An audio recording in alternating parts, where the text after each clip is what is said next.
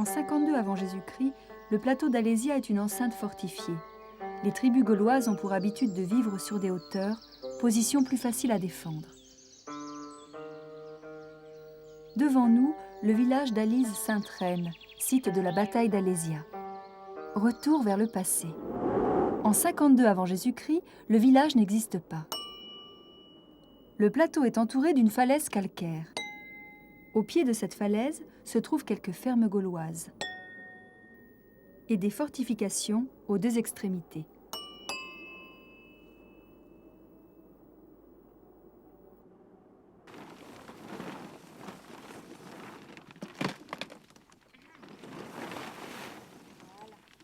Nous sommes au cœur d'une des fouilles les plus importantes d'Alésia puisqu'elle a permis la découverte d'un habitat gaulois et d'un morceau de rempart qui était construit avec des poutres et avec des clous en fer que nous avons retrouvés et qui servaient à maintenir les poutres qui donnaient l'ossature du mur, le reste du remplissage étant fait essentiellement donc de ces blocs que nous avons là. À l'arrière de ce rempart s'est installé 5 maisons qui se sont appuyées sur le rempart d'un côté et sur le rocher de l'autre côté. J'entre dans une maison gauloise qui était construite avant la bataille d'Alésia, sur l'arrière d'un des remparts de la ville. Alors cette maison, elle a une surface d'environ 23 mètres carrés et elle est construite en pierre sèche pour les fondations et son élévation qui a complètement disparu était faite de pans de bois et de torchis. Alors le foyer lui-même, sur lequel on faisait la cuisine et qui permettait à tout le monde de se chauffer, était construit avec des pierres qui sont là, sur lesquels on posait une chape d'argile. Et ce qui fait rouge, et ce qui a durci l'argile, c'est bien sûr l'action du feu.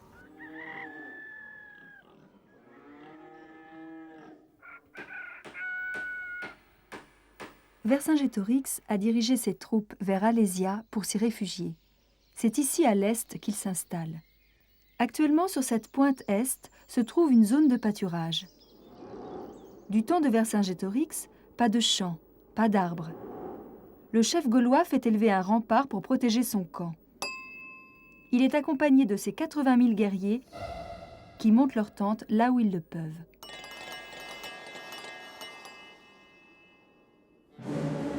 Vercingétorix, représenté par cette statue du XIXe siècle, est le jeune chef que se sont donnés les Gaulois pour combattre César. C'est Napoléon III qui a commandé cette statue. Le visage sculpté de Vercingétorix s'inspire d'ailleurs de celui de l'empereur. Sous le Second Empire, on fait revivre le mythe gaulois pour exalter le patriotisme français. Un journal s'appelle même Le Gaulois. Sous la Troisième République, ce mythe des valeureux Gaulois est exploité à des fins commerciales. La politique n'est pas en reste. La défense de la patrie, l'esprit de reconquête, de courage, de fierté sont célébrés.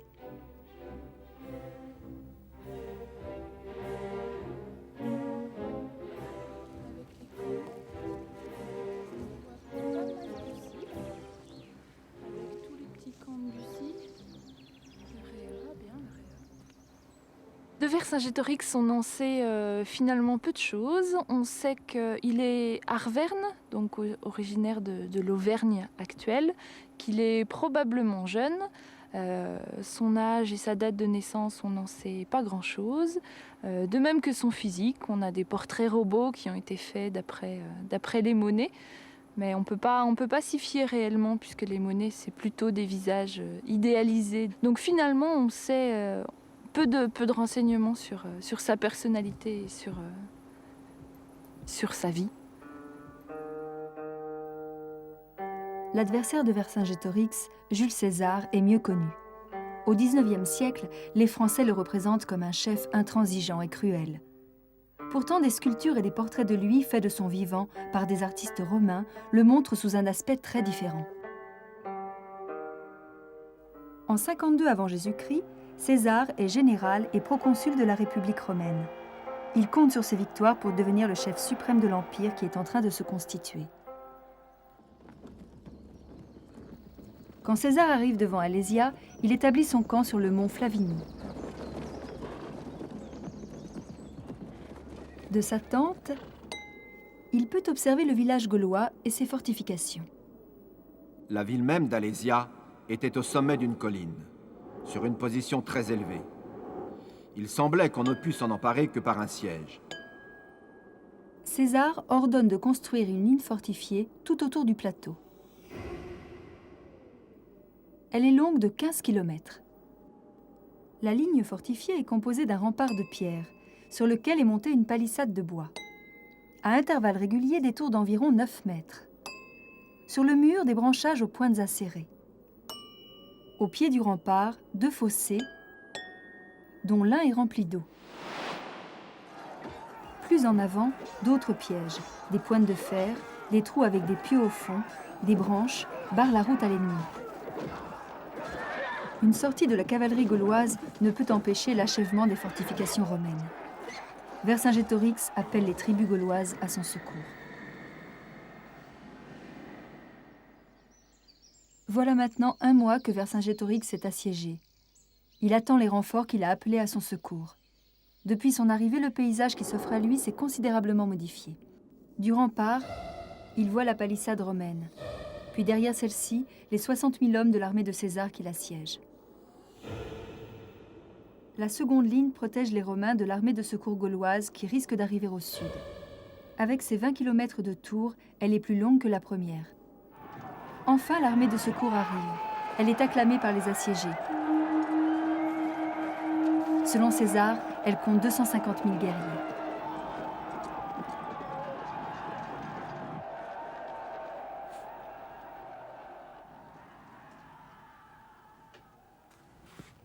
Ici, c'est une représentation donc, du siège d'Alésia.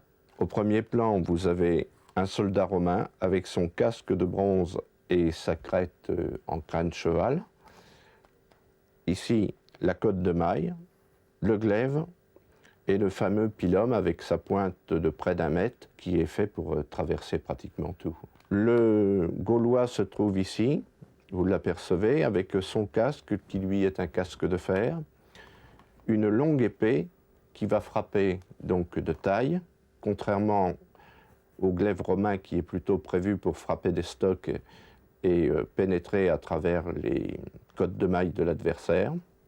Là ici on voit très bien l'emplacement pour mettre le glaive.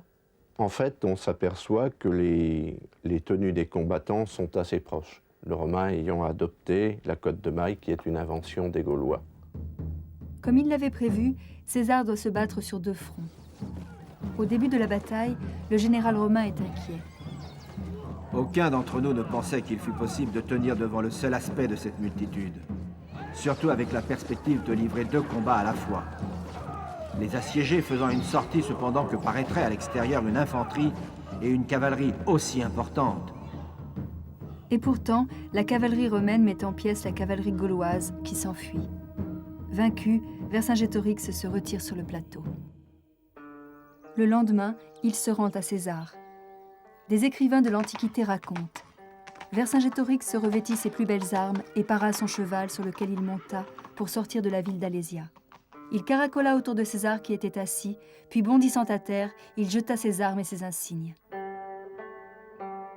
Vercingétorix ajouta « Ils sont à toi, je suis brave mais tu l'es davantage et tu m'as vaincu ». Les tableaux du XIXe siècle insistent sur le martyre de Vercingétorix. Amené à Rome, il est exécuté après 6 ans de captivité au moment du triomphe de César. Désormais, toute la Gaule fait partie de l'Empire romain. Elle va connaître plusieurs siècles de paix. Sur le plateau d'Alésia, une nouvelle ville est bâtie selon le goût romain.